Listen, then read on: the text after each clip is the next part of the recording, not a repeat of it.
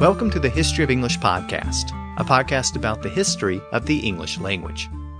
This is episode 79, Anarchy. In this episode, we're going to look at anarchy in England. We'll see how England descended into chaos and warfare, and we'll look at the horrible consequences for the people of England. These were also the final years recorded by the Peterborough Chronicle, and the scribe who recorded those entries famously concluded that Christ and his saints were asleep. He summarized this history with some of the most vivid imagery in the entire Anglo-Saxon Chronicle. The passages are moving, and they describe horrible acts.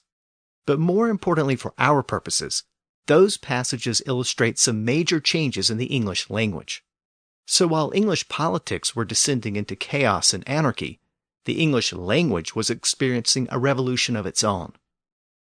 But before we begin, let me remind you that the website for the podcast is historyofenglishpodcast.com. And you can always reach me directly by email at kevin@historyofenglishpodcast.com. And I'm on Twitter at EnglishHistPod. Also, I continue to collect voice samples for future episodes. I mainly intend to use them when we get to the modern English period, so that'll be a while. But you can go ahead and submit a sample of your accent or dialect at the voice samples page of the website. And I haven't really mentioned it before, but you can also leave other feedback there, questions or comments, and I may use those as well. And also remember that you can support the podcast by becoming a member at patreon.com. I post a bonus episode there with each new episode of the podcast. And if you donate at least $5 a month, you can access all of the bonus content there. As always, you can just go to historyofenglishpodcast.com and link to Patreon from there. So with that, let's turn to this episode, and what were truly some of the darkest days in the history of England. Last time, we looked at the outbreak of civil war. Stephen claimed the English throne, but his cousin Matilda soon arrived to assert her own claims. She found an important ally in her half-brother, Robert of Gloucester. So that left England with two rival courts, and that meant that the nobles had to take sides. Throughout England, the nobles built castles at a rapid rate, and they used those castles and their knights to dominate the land around them. This was the beginning of that extended period of conflict known as the Anarchy. Now I should note here that the term anarchy is a relatively modern label for this period. It was first used by historians in the 1800s, and it was an attempt to capture the sense of lawlessness that took place during the war. This was a period in which there was a general breakdown of law and order, and powerful lords were able to act on their worst instincts. But again, the word anarchy is a relatively recent term used by some modern historians. In fact, the word anarchy didn't enter the English language until the 1500s. It came in from French, and like most French words, it can be traced back to Latin. But it has its ultimate origins in Greek. The Greek word archos meant ruler, and that root ultimately produced the suffix archy to describe a type of rule. So monarchy is a system of government with one primary ruler. Oligarchy is ruled by a small group of people. Patriarchy is ruled by men, and matriarchy is ruled by women. But to express the idea that there was no ruler at all, the Greeks combined the word on, meaning without, with that word archos, meaning ruler. The result was anarchos, literally without a ruler, and that word eventually became anarchy.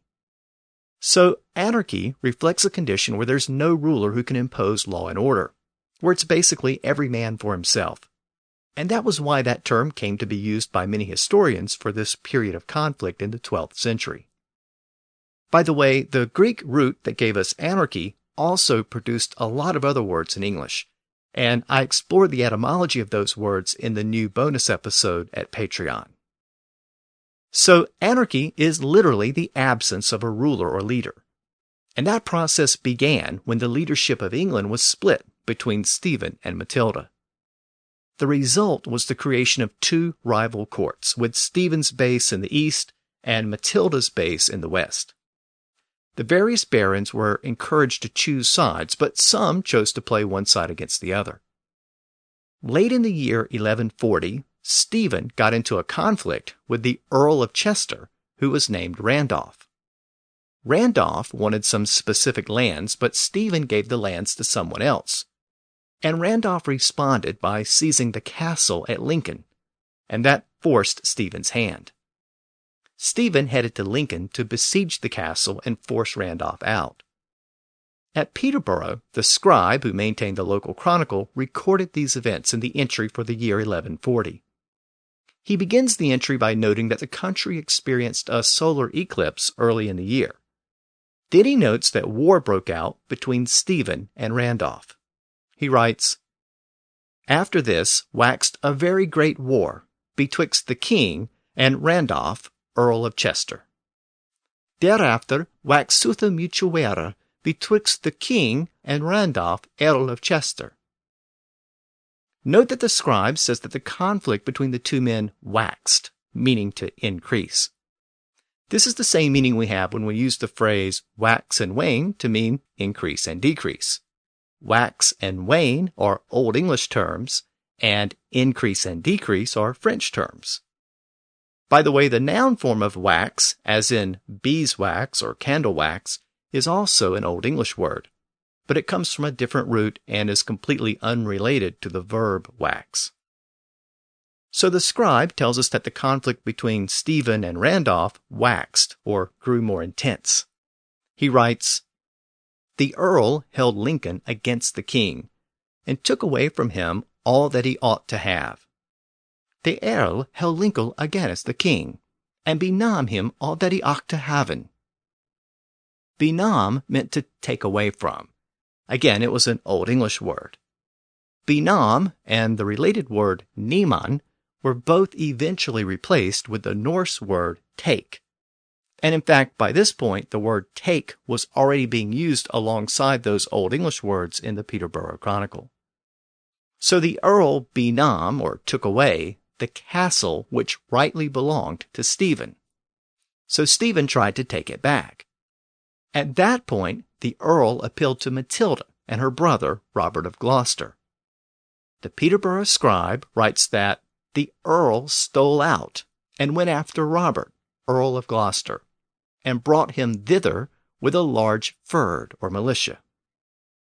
The earl stal ut and ferde after Robert, Earl of Gloucester, and brought him thither with mutual fyrd. When Robert's forces arrived, they squared off against Stephen's army. A great battle then ensued, a battle known to history as the Battle of Lincoln. Robert's men eventually got the upper hand, and Stephen's men fled the battlefield and abandoned him. Stephen was soon captured and taken into custody by Robert's forces, but he wasn't executed. Instead, Matilda chose to put him in prison. With the rival king in prison, it looked like Matilda was finally in a position to claim the throne for herself, so she headed to London to make it official. The plan was to go to London and have a formal coronation at Westminster. The Peterborough scribe recorded these events. He wrote, "Thereafter came King Henry's daughter, who had been empress in Germany, and now was Countess of Anjou. Thereafter kom der Kungens dochter Henries. Thereafter been empressa in Allemagne, and nu was Countessa in Anjou." Now, a couple of things about this passage. First of all, he calls Matilda the Empressa in Allemagne, which meant the Empress in Germany. Remember that Matilda had previously been married to the Holy Roman Emperor, so she was commonly known as the Empress. And this is actually the first known use of the word Empress in the English language. Of course, Empress is derived from the word empire, and it's also related to words like emperor and imperial. But all three of those words, empire, emperor, and imperial, came in about a century later. So empress came in first, here in the mid-1100s. Now, I should note that this is based on the surviving English documents. It's certainly possible that words like empire and emperor were being used much earlier, but they aren't actually attested until later on in the Middle English period. I should also note that the scribe refers to Germany as Alemanni, the same root that's still used in many Romance languages. The word Germany comes in later from the word Germania. So Matilda is referred to here as the Empress of Alemanni and the Countess of Anjou. And now she came to London with the intention of adding Queen of England to that list of titles. But that didn't happen. Other chronicles, written in Latin, tell us that Matilda entered London like a conqueror. She wore the insignia of the Empress. We're also told that she made the local militia leaders in London show their allegiance to her by kissing the stirrup of her horse. So she alienated some of the city leaders as soon as she arrived. Then she offended even more people by levying a tax on the city. And this actually violated her father's policy, who had largely exempted London from royal taxes. So she didn't exactly get a warm welcome in London. We also have to keep in mind that London had supported Stephen up to this point, so Matilda was viewed with some skepticism even before she had made those decisions. And we always have to keep in mind that the people of that era weren't accustomed to a female monarch. So if a king levied taxes and made people kiss his stirrups, it might have been seen as a sign of power and strength. But when Matilda did that, it was viewed as arrogance, especially among people who weren't really sympathetic to her to begin with. While Matilda awaited her coronation, the people of London started to rise up against her. And at the same time, King Stephen's wife was now on the scene. Her name was also Matilda, and she had started to rally the men who still supported her husband. She put together a new army, and she advanced toward London. So it was now Matilda against Matilda. At this point, the uprising in London reached such a fever pitch that Empress Matilda could no longer stay there. On June 24th of 1141, she fled the city. So she left before her coronation, and she never officially became the queen. Once again, the Peterborough scribe captured these events in a brief passage. Writing of Matilda, he wrote, "She came to London, but the London folk attempted to take her, and she fled, and lost many of her followers. An kom to Londona, and de Londonische folk hierre woede taken, and she flech, and forles daramicho." Now this is a very important passage for a couple of reasons. First of all, note that the scribe says that the people of London hierre woede taken, her would take, or tried to take her. So here the scribe is using the Norse word take, whereas before he used that Old English word benam, which meant the same thing. So we see this word take being used as a synonym and being used interchangeably with the native English word. And over time, take pushed out the other English words benam and niman.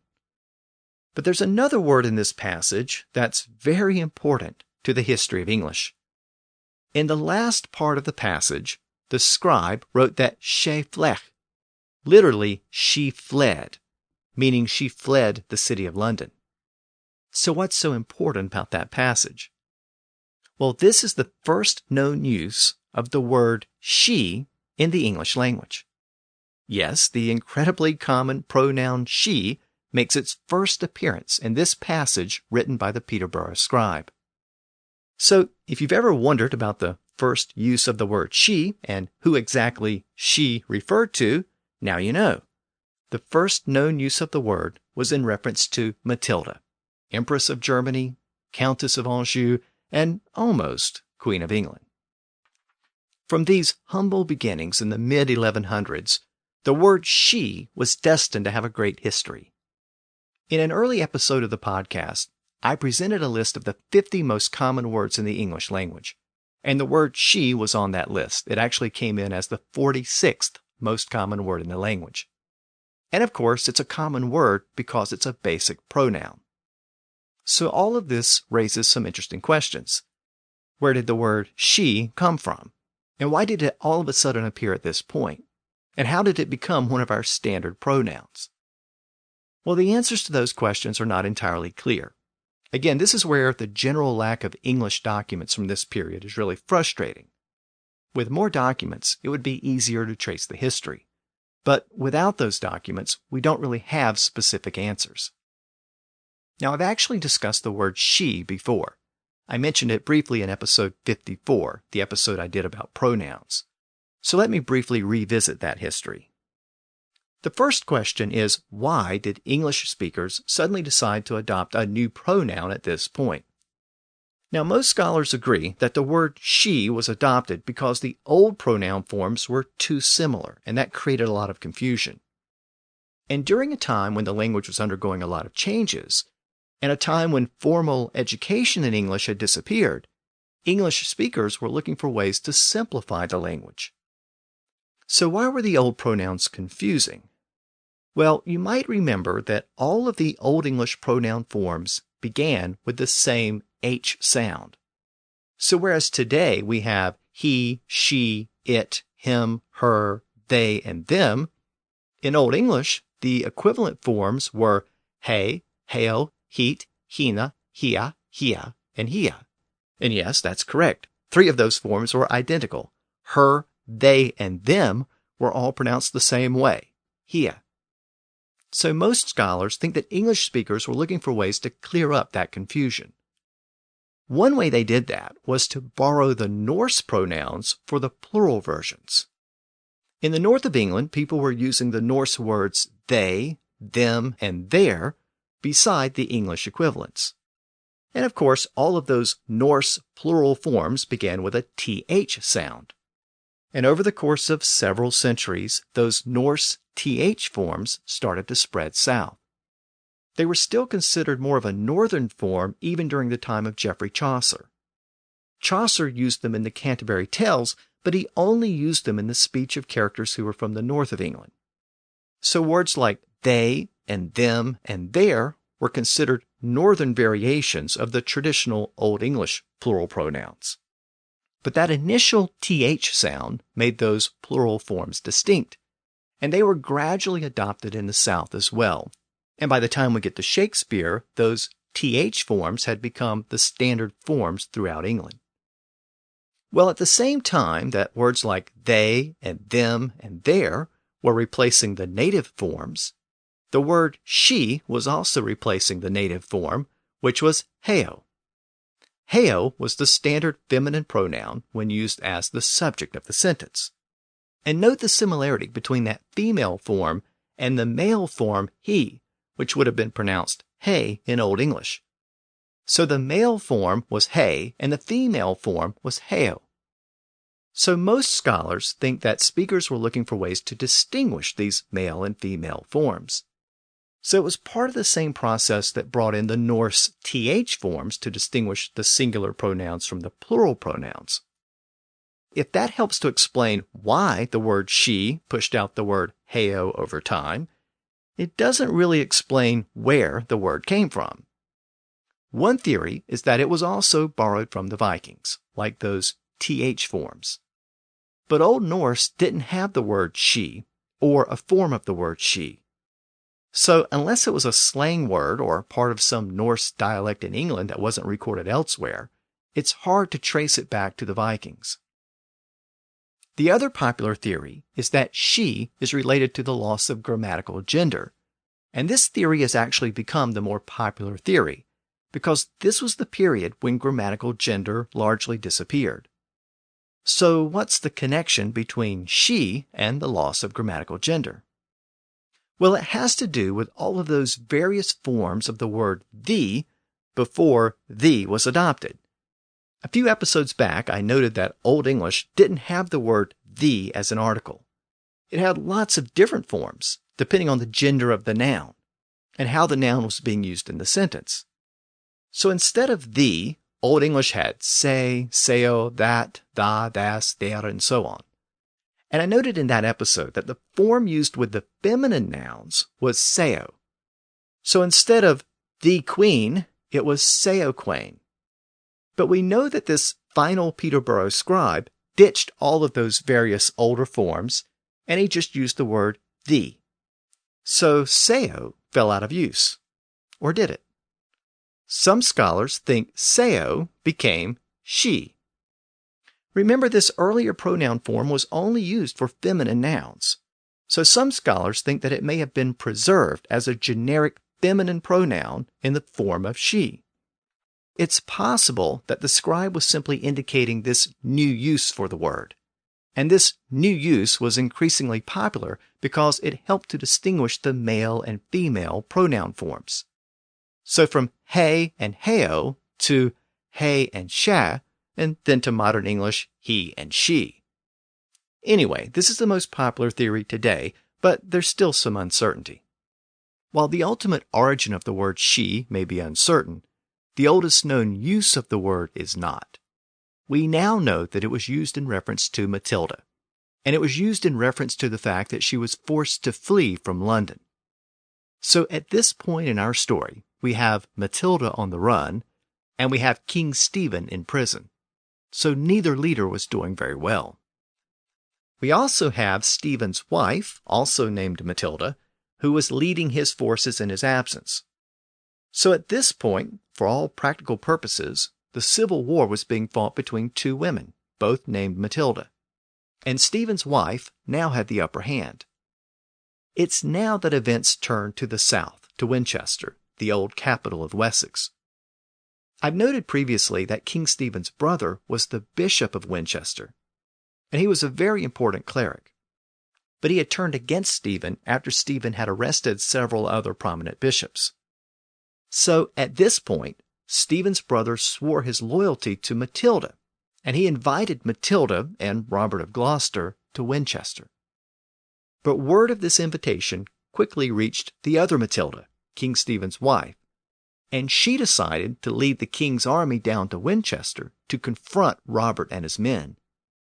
The Peterborough scribe wrote, "When they were therein, then came the king's queen with all her strength, and beset them, so that there was much hunger inside.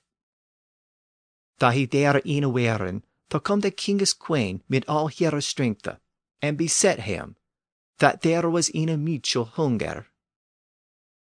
So we have King Stephen's wife leading his forces down to Winchester and besieging Robert of Gloucester. Ultimately, Robert's forces gave up and fled, and this time Robert was taken prisoner. So Matilda's brother Robert is now in prison, and King Stephen is still in prison. So the leading men on both sides were incarcerated, and that meant that Matilda fought Matilda on their own terms. And Stephen's wife, Matilda, proved to be the superior leader. Empress Matilda suffered a series of defeats, and without Robert by her side, she struggled to hold her own. With both leading men imprisoned, it was eventually decided that a prisoner exchange was in order. Each Matilda would release their prisoner to the other.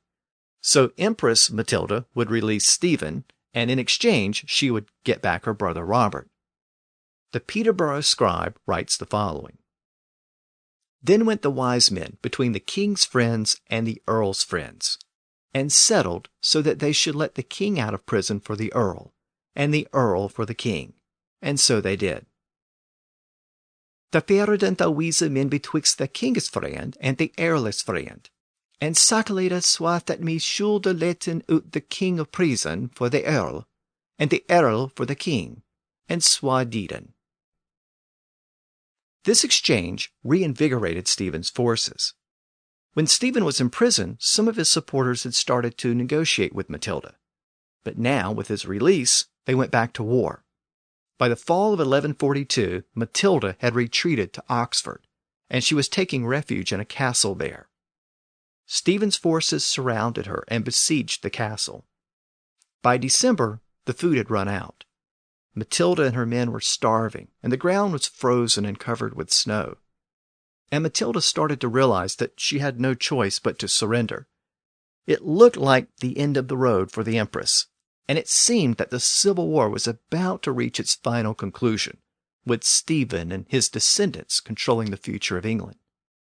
But Matilda made a decision that ultimately changed the history of the English monarchy. She decided to escape. She climbed out of a window in the castle, and she slid down a rope. She was dressed in a long white robe so that she couldn't be seen against the snow that covered the ground. She then slid past the soldiers who didn't realize who she was. It was so cold that the Thames was frozen over, so she was able to walk across the frozen river, and she disappeared into the night. Hollywood couldn't have written it any better. Here's how the Peterborough scribe captured these events. When the king was out, he heard of this, and took his ferd, and beset her in the tower. That the king was ulte the herde that zeggen, and took his ferd, and beset her in the tower. And they let her down in the night from the tower by ropes. And they let her doen of nicht, of the tower mit rapes. And she stole out and fled, and went on foot to Wallingford. And stal ut, and she vleg, and jede on foot to Wallingford. One quick note about that passage. We really get a sense here of how much those inflectional endings were disappearing. Most of the nouns lack any inflectional endings. Ferd is ferd. Tower is tour. So there are no endings where traditionally there were endings.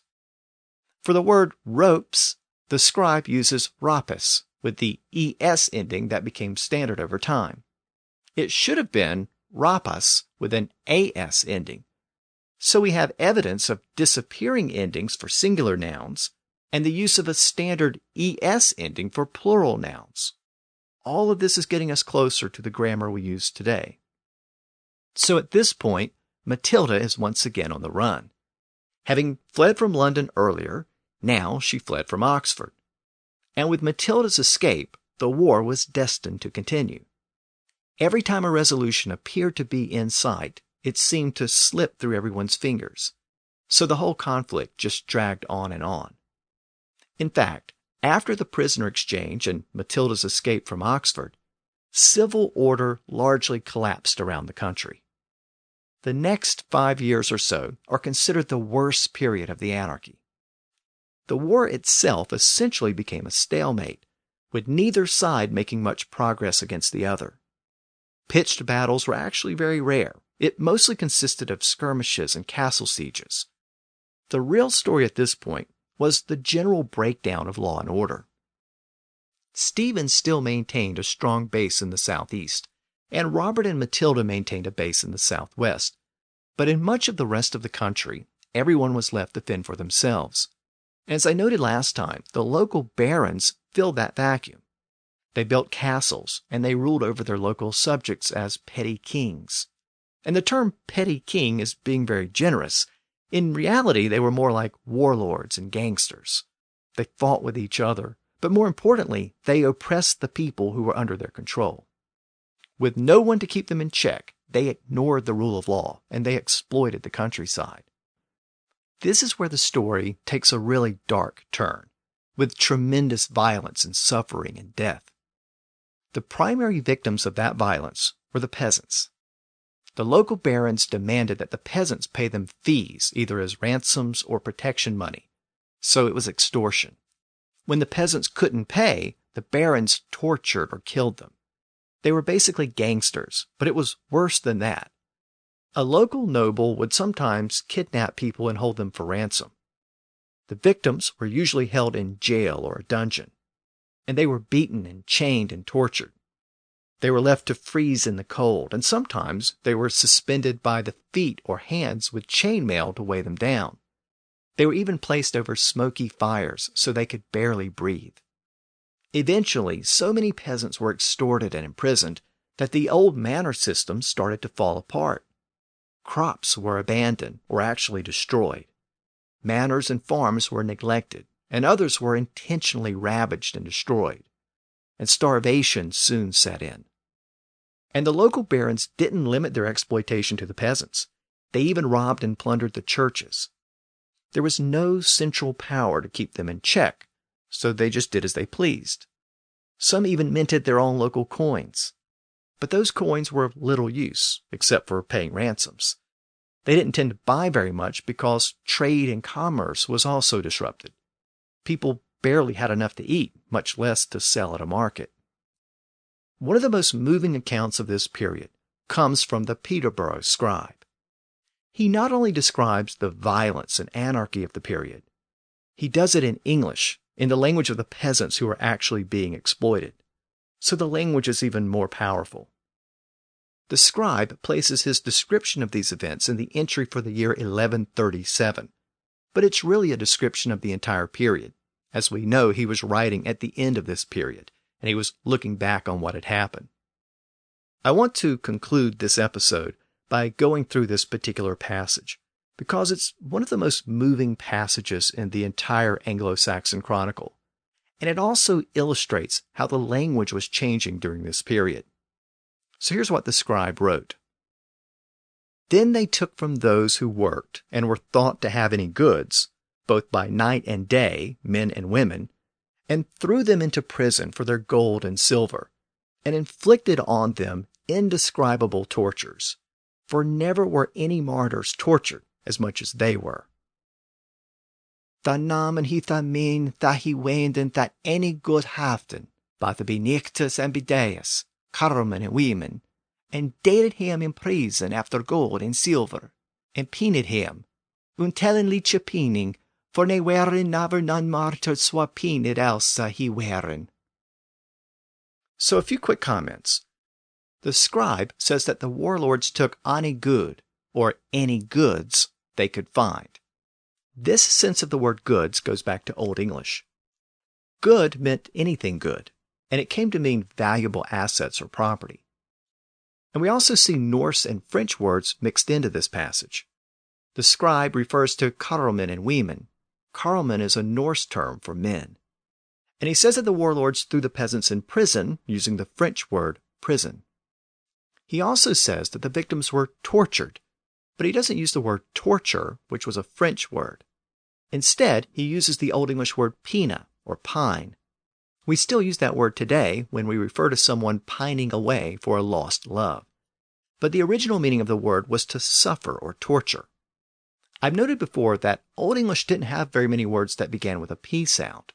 So many scholars think this word pine was an early Germanic borrowing from the Romans. It's thought that pine comes from the same Latin root that gave us penal and penalty and punish. So when the scribe says that the warlords pined or pened the victims, he's literally saying that they punished the victims, but the victims had committed no crimes. This passage also illustrates how speakers of early English weren't bothered by double negatives or even triple negatives. The scribe wrote that for ne weren never non martyrs swa pened, literally, for not were never no martyrs so punished or tortured. So he uses a triple negative. But again, in early English, that was often done for emphasis. It wasn't considered bad English until many centuries later, when Latin scholars gave their input. So there's a lot going on in that passage. Then the scribe continues, and he describes the nature of the torture or pining. He writes, "Some they hanged up by the feet, and smoked them with foul smoke. And some were hanged by the thumbs, or by the head, and coats of mail were hung from their feet. Me hanged up be the fet, and smoked ham, mid full smoke. Me hanged be the thumbes, other be the hevid, and hanging brunius on her fet." By the way, brunius is a Norse version of an old Germanic word for chainmail. So again, these passages show a lot of Norse influences. The scribe then continues to illustrate the torture. He writes, "The men tied knotted strings about their heads and twisted them till it went into their brains. Me dir knotted stringes abouten her head and ruthen to that it gara to the harness." By the way, harness is another Old Norse word. It meant brains. So again, we see a lot of Norse influences here. The scribe then says that the warlords put men into dungeons where adders and snakes and toads killed them. He didden hem in cortina, dar nadras, an snakas, and paras wera ina, and drapen hem swa. Here the scribe uses the word cortina instead of prison. It's a French word, and it's basically an early version of the word quarters, as in close quarters or headquarters. What's so interesting about the use of this word is that it's spelled Quarterne. Here, the scribe uses the QU letter combination for the qua sound. and that was a brand new spelling in English. The Anglo-Saxons had used the letter combination C and win, which was the runic letter used for the W sound. So queen or quain was originally spelled C-win-E-N. But now the new French spelling was used. So we see some of the first uses of the QU letter combination in the English language. And that also means that we see some of the first uses of the letter Q, which wasn't used by the Anglo-Saxons. The Roman letter Q had survived in the Romance languages, but it tended to be restricted to this QU letter combination. And that's how it passed into English. We see it here in this variation of the word quarter. And we'll soon see it in new spellings for words like queen and quick and quake and qualm, which were all Old English words that were about to get new spellings in Middle English. Also, note that the scribe says the warlords threw the men in prison or quarters with adders, snakes, and podis, or toads. Pod, or pad, was an old word for a toad. This is actually the first use of the word in English. Once again, it came in from Old Norse. Over the next century or so, the word pad became paddock, and that word is still used for toad in some English dialects. So if a warlord was trying to torture a peasant, it makes sense that he would throw him in a pit with adders and snakes. But why toads? Well, during this period, it was still a common belief that toads were poisonous. So people were generally afraid of them.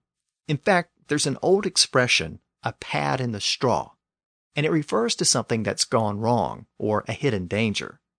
It literally means a poisonous toad hiding in the straw. So it goes back to this belief that toads were poisonous.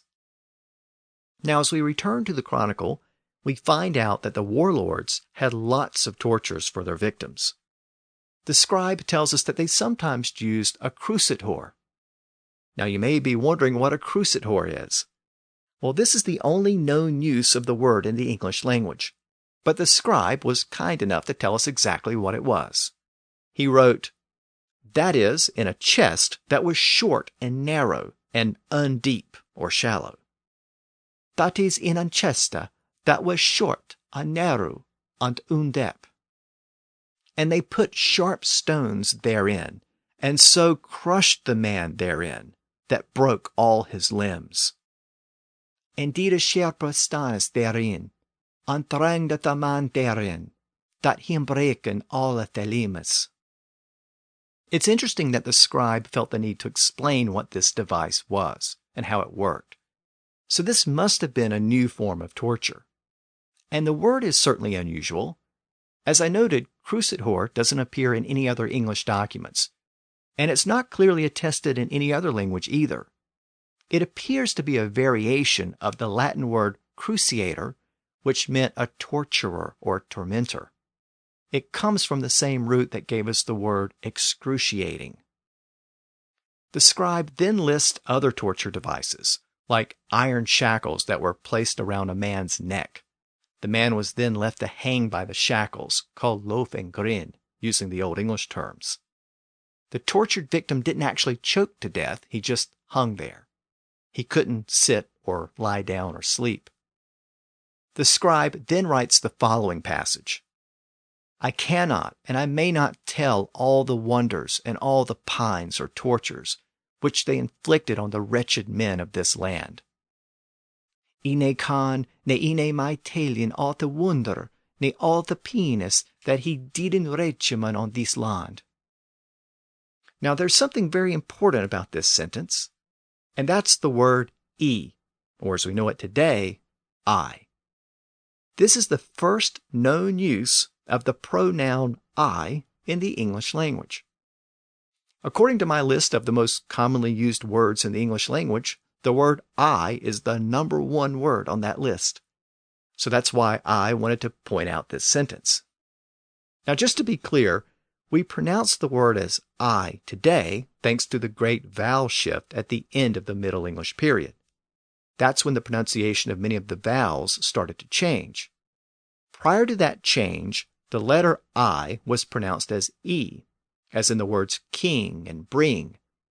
So this pronoun was probably pronounced as E. Now this wasn't a brand new pronoun, it was just a new variation of the existing pronoun. Up to this point, the first person pronoun was each, spelled I-C. But now the ch part was starting to be dropped, and it just became E, rendered with the single letter I.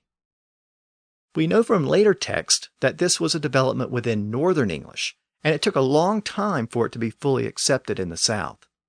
In fact, each survived until the 1700s in some Southern texts. It was also just a lowercase I at this point, but it tended to get lost in written text. It sort of blended in with the words that preceded it or followed it. And so scribes looked for a way to make it stand out as a distinct word, not just a letter. And a few centuries later, it became standard practice to use an uppercase I instead of a lowercase I to make it easier to read. So here in these passages, the Peterborough scribe has given us the first use of the word she and the first use of I as a shortened form of each. And once again, we see the loss of inflectional endings. The final part of that sentence I just read is on this land. In traditional Old English, it would have been rendered as on thesum landa, but now it's just on this land. So the inflections are gone, and it reads just like modern English. So we see lots of changes towards modern English in these passages. The scribe then tells us that the local lords levied guilds or taxes on the towns from time to time. He writes, "They laid guilds on the towns once in a while and called it tensory. He laid in gildes on the tunis avra umwila and cleped in it tensory." Tensory comes from the Old French word tense, which meant to protect. It was used in Latin documents of this period, and it was used here in the Peterborough Chronicle as well. From the other documents, we know that the word meant protection money. So this was basically extortion.